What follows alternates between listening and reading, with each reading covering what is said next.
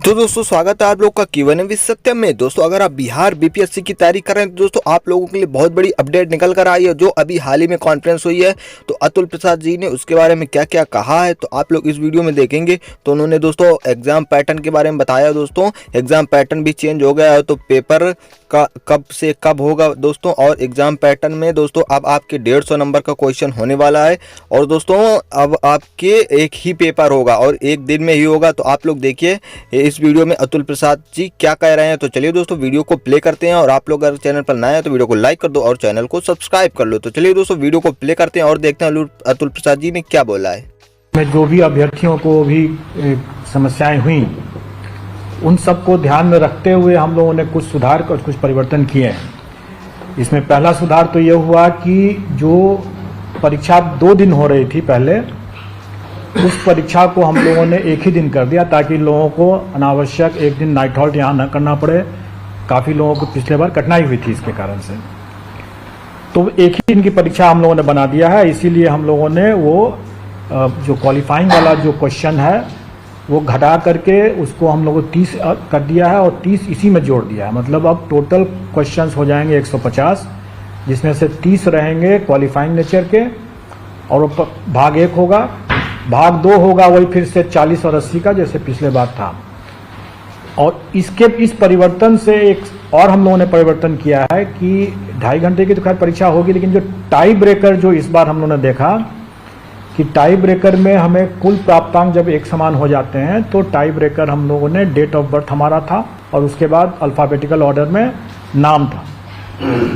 तो इस बार हम लोगों ने इसमें थोड़ा सा परिवर्तन किया है, और टाई ब्रेकर इस तरह से रहेगा कि चूंकि भाषा वाला तो 30 नंबर वैसे भी क्वालिफाइंग नेचर का मेधा में नहीं जुट रहा है, इसलिए टोटल फुल मार्क्स तो 120 नंबर ही होंगे, जो भाग 2 और भाग 3 को जोड़ करके होगा।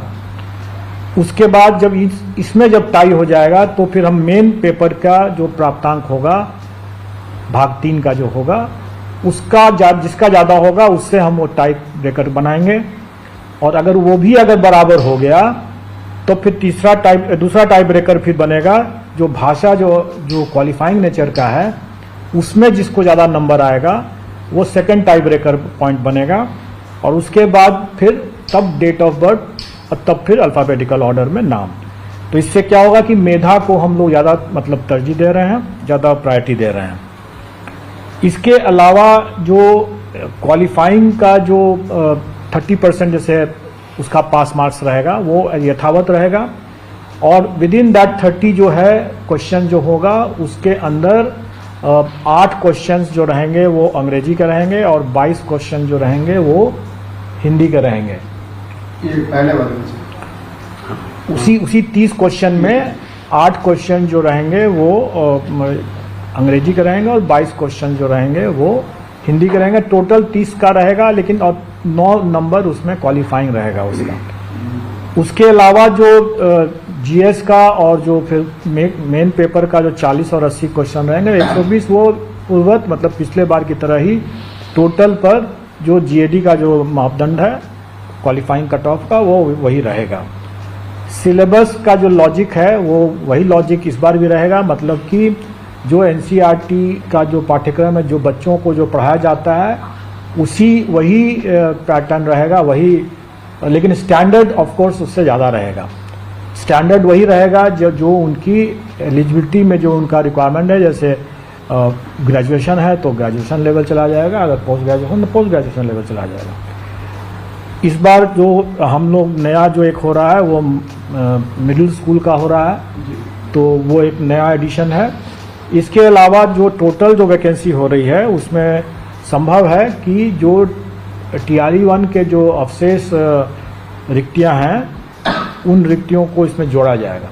लेकिन इसको थोड़ा सा ये कंफ्यूज ना करें कि TRE 1 के जो अवशेष रिक्तियां वही हैं जिसमें कि नियुक्ति संभव ही नहीं है, लेकिन जो डॉक्यूमेंट वेरिफिकेशन के दौरान जो रिक्ति उत्पन्न होगी, जो ड्रॉप आउट्स होंगे या डॉक्यूमेंट वेरिफिकेशन में जो असफल होंगे, उससे जो उत्पन्न होगी जो रिक्ति, उस रिक्ति को पहले हम सप्लीमेंट्री रिजल्ट से ही पूरा करेंगे।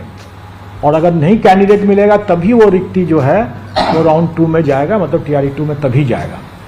तो दोनों तरह की रिक्ति है, लेकिन उसके बावजूद भी आप लोगों ने देखा ही होगा कि चूंकि STET की परीक्षा 2019 के बाद नहीं हुई थी, तो कई विषय में ऐसे थे जिसमें कि कैंडिडेट्स बहुत कम थे और रिक्तियां ज़्यादा थी।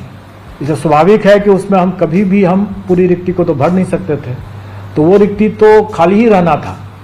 तो वो रिक्ति जब खाली है तो वो रिक्ति TRE 2 में आ जाने की संभावना है, और उसमें जब जैसे ही शिक्षा विभाग हमें बताएगा वैसे ही हम लोग इसको भी जोड़ देंगे। तो हमारे विज्ञापन में भी ये रहता ही है शर्त कि ये